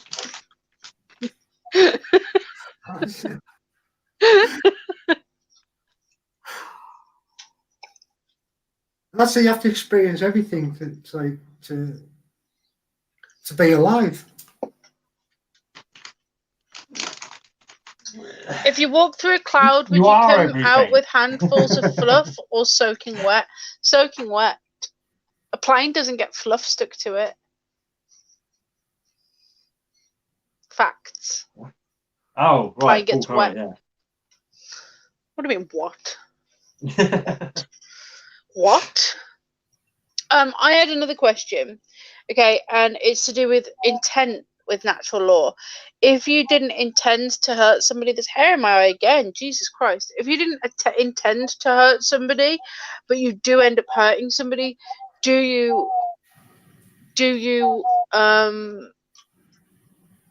break natural law? That's a hard one, isn't it? Anything about it. There's no natural law there to have broken. Again, it's cause and effect. You were doing something, you hurt someone. It's all about then how you deal with that action that has happened in nature. Do you pretend it didn't happen and say, oh, I didn't mean to do that, so I don't have to deal with it? Or do you say, oh, shit, that's happened, I best deal with it? But you could say that with the intent there as well, though. If I punch you in the face right now, and hit you and hurt you, and I apologize and repent, am I still breaking natural law? Or on the same side, if I'm pretending to kickbox in front of you and hit you, I hit you because I got too close because I have astigmatism in my left eye and can't perceive depth properly, and then be like, oh shit, I'm really sorry, and the outcome after the fact, no, the reaction after the fact from myself is the same regardless. Have I broken natural law in either of them, but I've still caused harm in both scenarios? Right.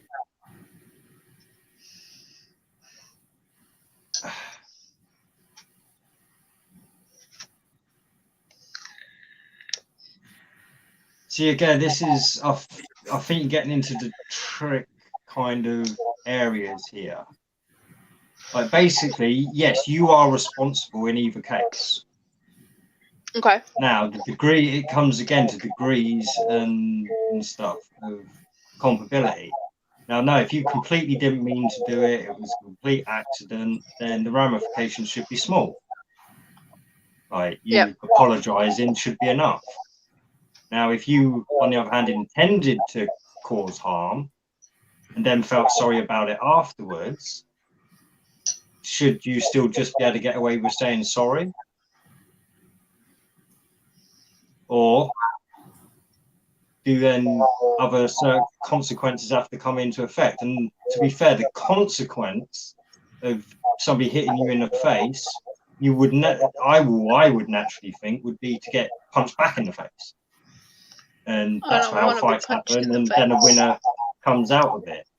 Now, who's wrong or right at the end of that fight is usually determined by the surrounding people or whoever. Like, again, and this is what would happen in people in societies that were aligning with natural law. It wouldn't then go to court. It would, the people that were around there to witness it would judge what would happen. If there was no one to witness it, each would go and tell their stories to their peers, and you would decide who was believed, and the person who wasn't believed, again, would be ostracized. So whether it's right or wrong, again, that doesn't come into it. Cause and effect. Yeah. That's what I was thinking myself. That's in a longer way of saying what my brain was saying. Sorry, Mick.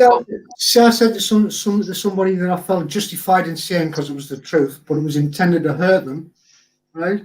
Even if it was the truth, I'll get ramifications for that because the intent was there. Right? Now, if I said to somebody, I thought your music video was shit, and they're overreacted, that's their fault, isn't it? It's like, you know what I mean, though?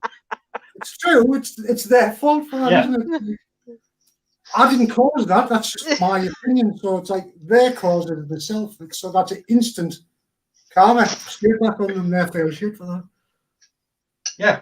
And again, you will see the kind of effects that happen around this as well, and it's all aligning with natural law. Like there was a cause, there has been an effect. Yeah, it does look like somebody gets emotional about it. That's what seems to send the. Yeah, which is why I put that thing that Chris put up there. I'll put it up again. This is the thing with natural law: emotions are irrelevant. But it's what sends the thing out in the first place, isn't it?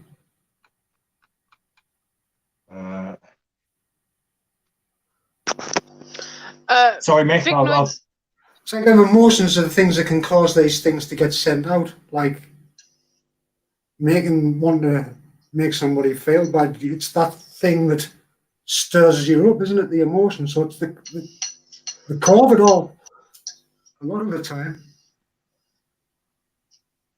Well, I think the cause of negativity is negativity itself. Like I say, again, with this wave, there's an up and a down, and negativity you can put on yourself, can't you? You can make something negative positive. It's not really a thing, is it? Oh yeah. Everything is negative and positive. That's kind of the point. It's like oxygen. We need it to live, but you breathe pure oxygen for long enough, you're going to die. Yeah, but we need air to live. We don't need oxygen, because if you breathe oxygen, you die. So it's air we need.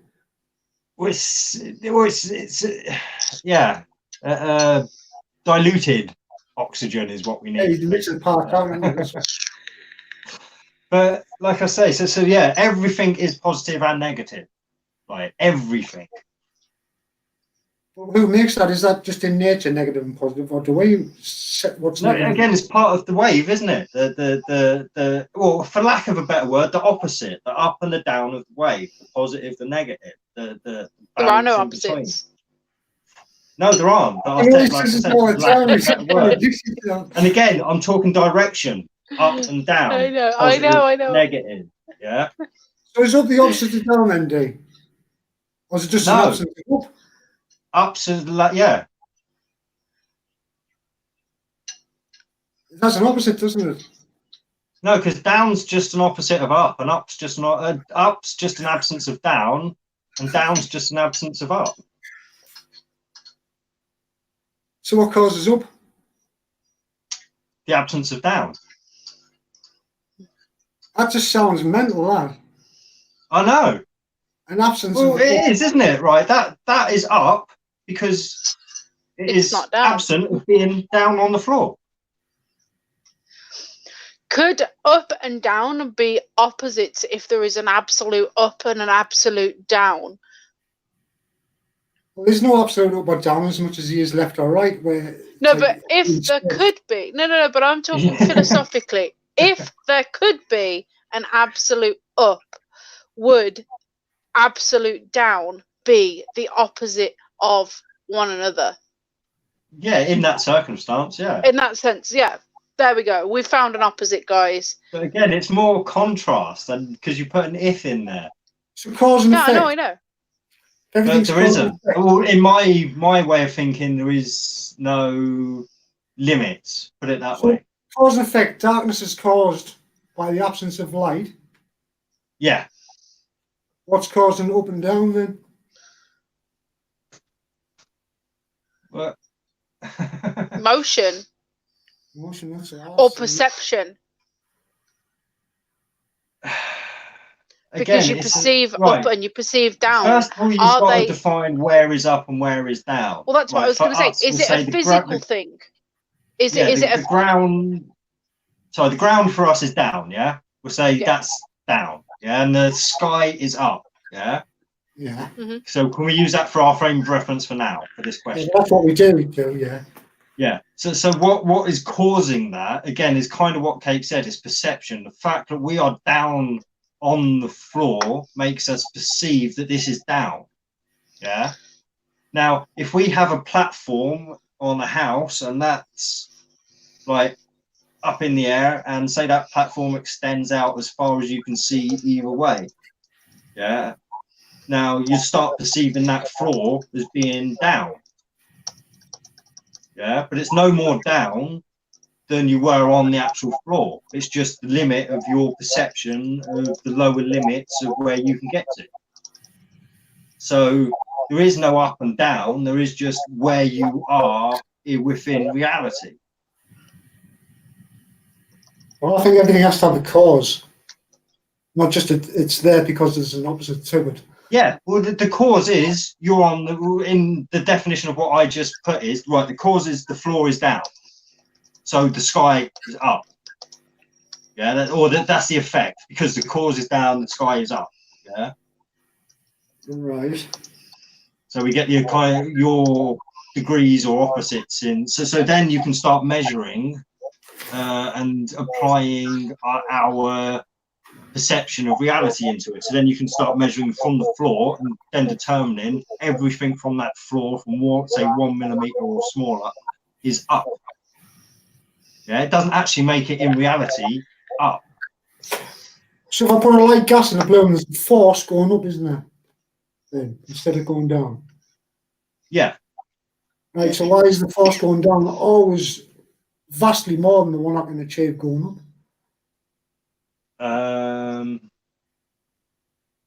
I don't know. Unfortunately, you get into my limits of my knowledge, unfortunately, on this. So again, I don't know what our true reality is. So this I can't presume. Like I say, I can only gauge up and down from the floor to the sky, or obviously I know I can dig down below the floor, but then that level now becomes my lowest down. So all I'm doing is changing my perception. I'm not actually changing what is up and down. Do you know the other night he was talking about free will? Yeah. So could there be a possibility that you've only got so much free will? Yeah. Well, you kind of do, but that doesn't make it any less free. It's just you're free within the confines of natural law.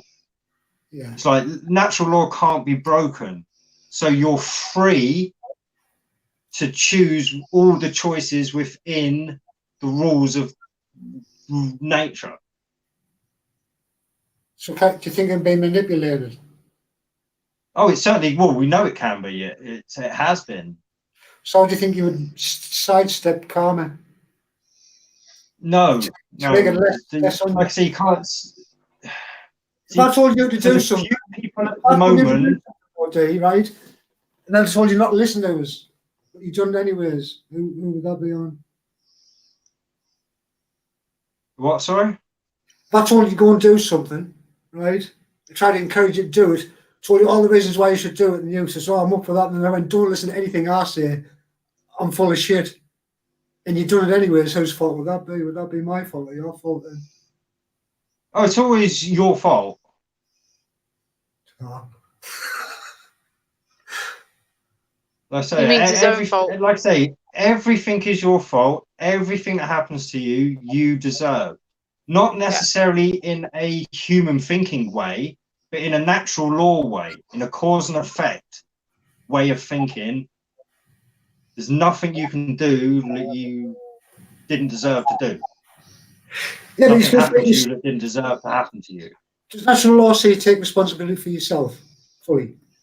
Yeah, the natural law is completely about self-responsibility, and that's why it seems so harsh. So if I don't do the act, but I can't get you to carry it out, does that mean I'm affected by the karma, or you are? Or be both? Both. I would say Both. Personally, yeah. Both. So is my karma different to his? If they committed a violent act and I just send them to do it? No, it's just not necessarily exactly the same, because like I say, karma doesn't work on necessarily an individualistic level, because at the highest level everything is one. Yeah, it's like I was trying to say the other day when, like, the thing people call God or feel is God, that's the one. Well,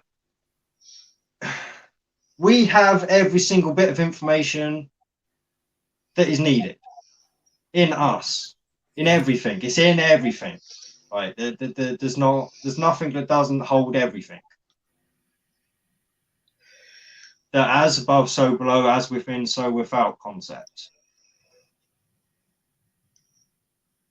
See, I think we all need what each other's got, but we all hide it away. Yeah. Something. That's the symbiosis. Yeah, the whole symbiosis. And when the symbiosis starts not working, things break down. When we get outcomes like we have today, when not everybody's happy. And not everybody should be happy all the time. Don't get me wrong, because again, you've got the wave at all times, the movement. Well, planets like that, isn't it? It's like it's half the planet's asleep, the other half's awake all the time, isn't it? That sort of thing. Yeah. Like some people are failing up, others are failing down. It's that sort of. Yeah. Yeah, and again, it all comes down to motion. Oh, yo, Jez, how's it going? Sorry, I've not been checking chat too often. I've actually really been caught up with the convo tonight.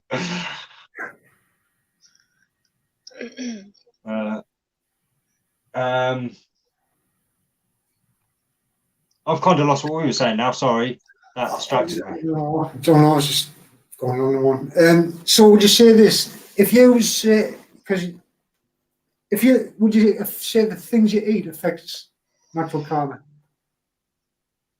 So say you have chickens, right, and we all agree to because we eat them. So it doesn't matter whether you're actually the person doing the deed.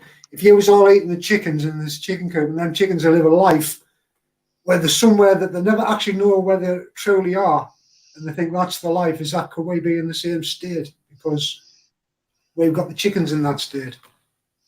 Does it affect us in the same way? Does it create a blindness in us if we create a blindness in them?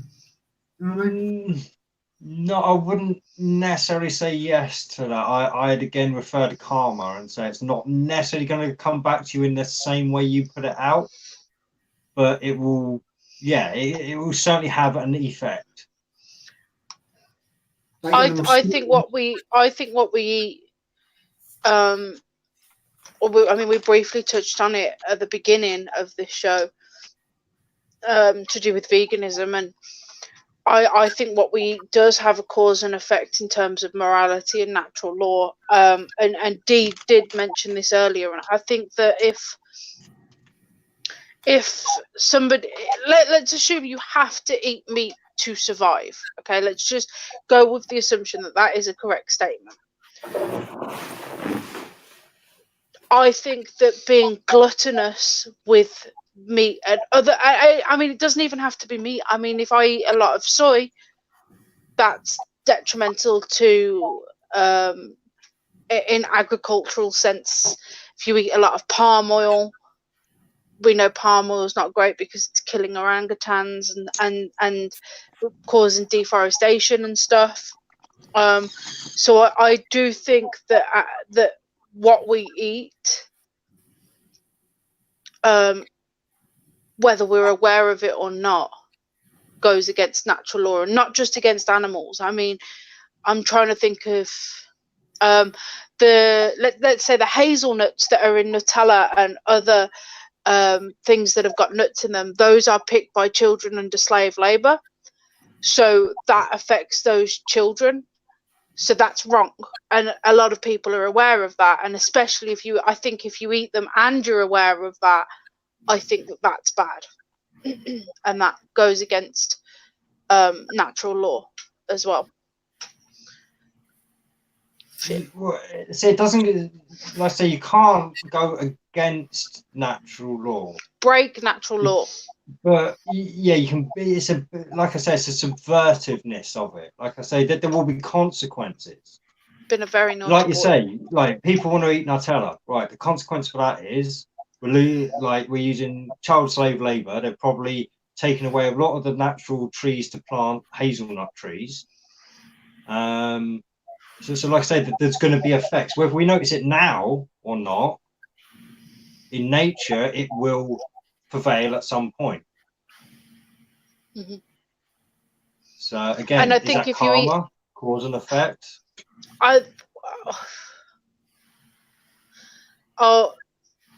Not all hazelnuts, Paul. Not all hazelnuts, but I know the hazelnuts that I used in Nutella, and there's a few other big brands. You'll have to go Google it. Me and my brother's girlfriend, I think it was my brother's girlfriend, we were talking about it.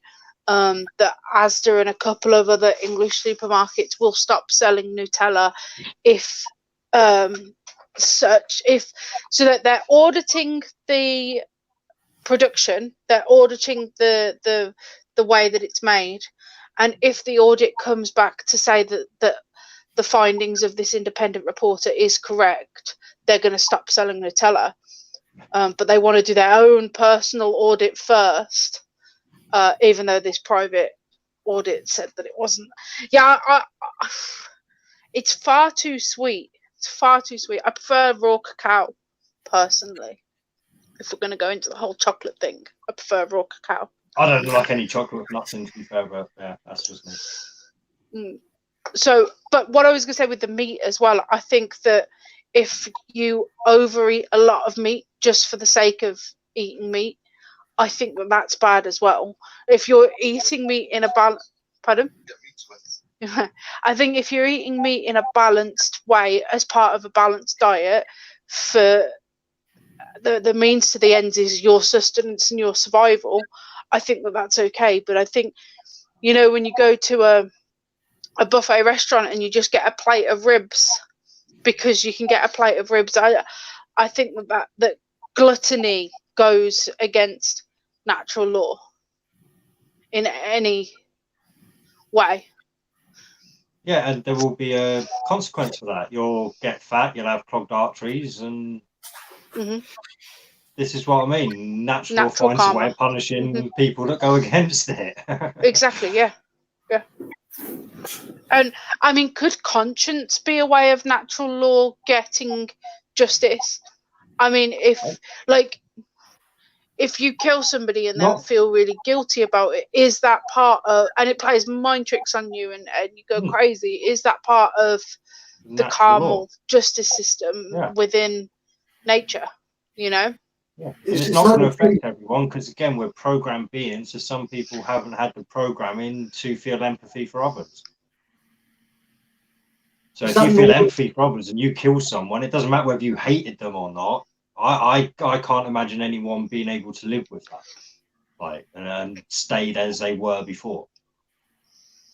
Do you think that's how karma finds you for the guilt? Sorry, yeah. Do you think that's how karma finds you? Do you know what I mean? Well, again, it's not necessarily essential. See, karma, I personally wouldn't think of karma as a sentient thing. Like I say, it's something that actually goes after someone. I think karma is just a part of the cause and effect of things. And that's why when you do something wrong, you're not necessarily going to be the one that's punished. And that's why I said earlier, the sins of the father can be passed on to the son. Not necessarily like quite so specifically, but karma can happen in a more aggregate way, like I say, not necessarily just to the person that does it. Because there are people that do things, but there are also lots of other people that allow people to do wrong things. Even if they don't know it, even if they're not particularly around it, we all know shitty things happen everywhere, yeah, and not a lot of us are doing anything about it. So karma spreads itself around as well as just targeting the individuals. So inaction's an action as well, then. Oh, inactions, inaction is a choice to not act, which is an act in itself. So. Yeah, there's no real such thing as inaction, if you get me, but it's a term for choosing an act of not acting. When does that response to that inaction should occur? At the moment it's happening, or going off to war to fight something you've only been told about? See what I mean? Yeah. No, again, there is no definite time scale on karma. There is no otherwise. Like I say, if there was a time scale on karma, if something bad to us happened every time we did something bad, we'd soon stop doing bad. That would tell you had no free will at all, wouldn't it? Yeah, and that's another thing. Definitely within this construct that I'm talking about now, there is free will. You can choose to do something. You can choose to not do something. It may seem limited, but when obviously the choices get more complicated, but that's ultimately what your choosing to act or not. Well, I've heard that scientists, when they put you in one of them CAT scans, they can tell, giving you a choice of something, they can tell 7 seconds before you choose it what you're going to choose. Yeah, but you still made up your mind. Yeah, but to you, it's just happened. But it was made 7 seconds ago. So does that suggest but you still did it. If you get me, whether you perceived that you did it when you did it, yeah, but not, it's running behind real time, isn't it? You've made the decision 7 seconds before you go, do you know what? I'll have that one. So it was already made for you 7 seconds ago. Was it? Or was it just a delay in your realization that you'd already made up your mind? But it's how it makes you feel as it plays out, isn't it? It feels like you've just made that decision, yet there would have says you picked that one before you was actually going to say it. Yeah. I think it was you that made that decision. If you turn on a tap and the tap doesn't turn on instantly because it takes a second to come through the pipe, you've still turned the tap. So you've still made that decision. It's just taken a little bit through cognitive processing for it to get to the part of your brain where you're like, oh, that's, Perfect metaphor. Thank you. I couldn't have done better myself there, but yeah. if I give you 4 pictures and says, press the button, as soon as the one that you want to pick comes in your head and you press the button and I knew 7 seconds before you picked it. That just means you've got a better understanding of me than I do. That's all, or a better understanding of my decision-making process. Well, I could suggest there's something going on inside your brain that you've chose something and all the reasoning comes later. The choice has been made before the reasoning. The reasoning is the reason why I picked it. That I would say is the accumulation of your point. Every single bit of information you've had, made that decision, and then you He's gone. Is he frozen? He's frozen. Check out. It never freezes on a flattering one, does it? It's always like. There you go, D. You're back. Sorry. Where did I get to? Process? I don't know.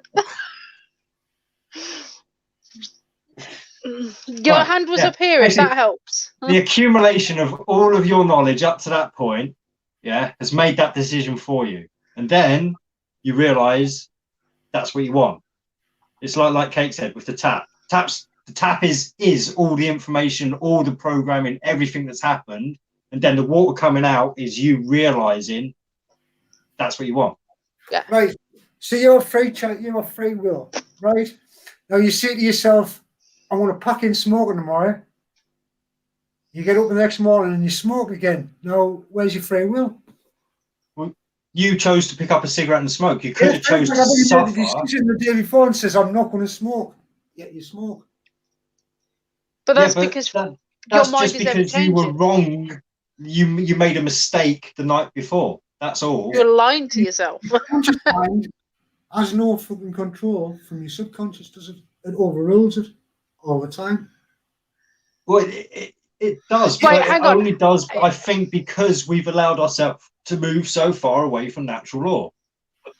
But wait, is Mick saying that you've subconsciously picked up a cigarette and smoked it out of habit because that's what you would usually do when you wake up? You put the kettle on. Because when I wake up and I come downstairs and Dan's not here, I instinctively fill up the kettle and switch the switch on. That's not because I've made a decision to do it. That's just because that's what I do in the morning. Same as getting up, going to the toilet. I haven't made the decision. Well, I have made the decision because I need a wee. But are you talking in a this is what I always do kind of thing? Or are you talking in last night I was going to quit smoking, but this morning I've decided, fuck it, I want a cigarette? Which, because I think there's two. So it's like if I made the decision to pack in smoking, right? Yeah. I'll say, right, I'm packing in tomorrow. I get up. I've gone out of my head. So I live in the conscious world, yet the subconscious rules it. It's made the decision before. And then I'll smoke the cigarette. Now, I could still, in the conscious mind, say I'm still packing in. But then the conscious mind will say, you like this. And I'll justify the conscious mind of going, well, I'll pack in tomorrow. I'll smoke for the rest of today. That sort of thing. Do you know what I mean? But I think that's still a conscious decision. I don't think that that's a subconscious decision. Every night I go to sleep and I say, do not order a Subway tomorrow. You're getting too fat. You need to lose weight. Just have a fucking salad every night. Next day, what do? Order a Subway because I'm a fat mess and because I want it. That is a conscious decision to go against what Sleepy Cake said the night before. So are you conscious? So you're conscious that a cigarette harms you and can end up ultimately destroying your health and killing you? Yeah. Right. You know that. You still smoke. Yeah. So what's your conscious mind saying, I know this is wrong, and if I says that I'm going to offer you the end result right now, you'd say fucking no way. But if your subconscious says, "Oh, go on, then I'll do it. Doesn't matter. We'll think about it later." But I think that's still a conscious decision. I think that's still conscious.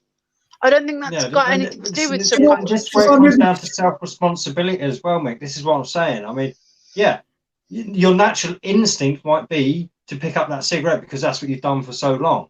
But the self-responsible thing is, if you truly want to give up smoking, right, is to put that cigarette back down after you've picked it up. If you choose to then go ahead and light it and smoke it, then you never really wanted to give up. Mm-hmm. This is what I think I'm finding with a lot of addiction. And don't get me wrong, I'm not like, obviously there are physical addictions and stuff like that go on with people. But when we're talking about smoking, I think, yeah, you know you're going to get angry. You know you're going to be most of those symptoms you can push through.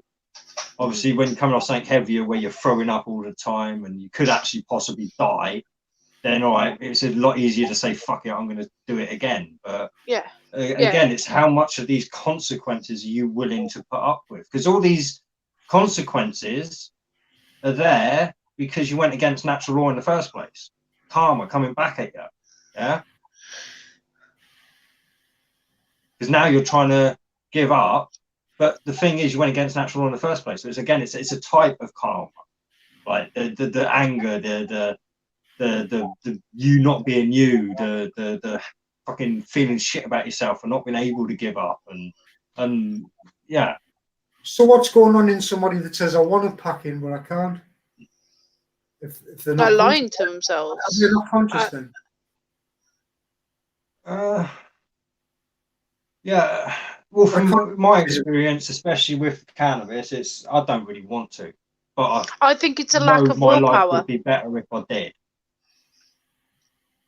Yeah, but what's your willpower? Is that your conscious mind trying to control your subconscious? No, I think it's the opposite. I think it's your subconscious trying to control your conscious, because you consciously make decisions to smoke and to do what you know is bad. Your conscious, in the way I perceive my conscious, is that little nagging thing in the back of your head being like, don't do that, don't do that. Whereas your conscious is like, fuck it, I'm going to do it, because you're conscious, you know? Well, And I'd say it's the other way around. It's your subconscious says, fuck it, do it. It talks to your consciousness into it. Because it's the bigger part of your mind. It's the part that you're not using. I'd say your conscious is a bit like a filter. It's a small part. So you don't walk down the street knowing everything you know about everything all the time. It has to filter it all out and store it away. But it's there. It's always there. And you run on a little part. And this thing's bigger than that.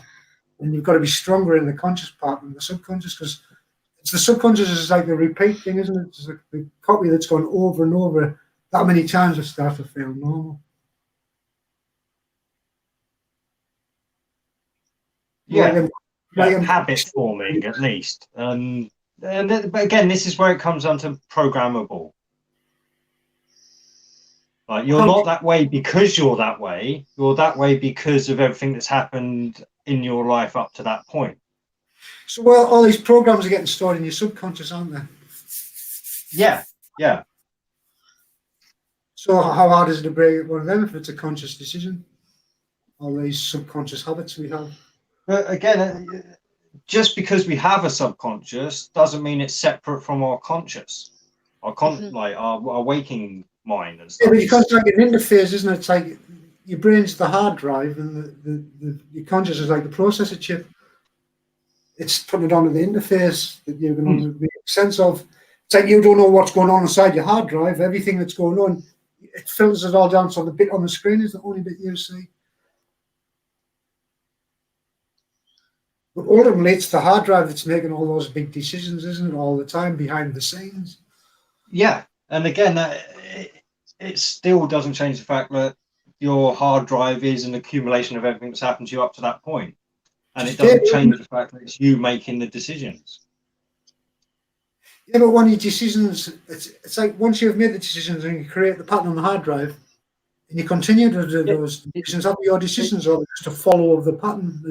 It doesn't matter because it's your hard drive. So how do you change it then? If it's something you found later on, doing different things, by continuing with motion, and like I say, you do things that make you feel uncomfortable, or you go off and skydive and get. You break the rut, you break the monotony. It's make the change. You don't think it, you do it. Yeah.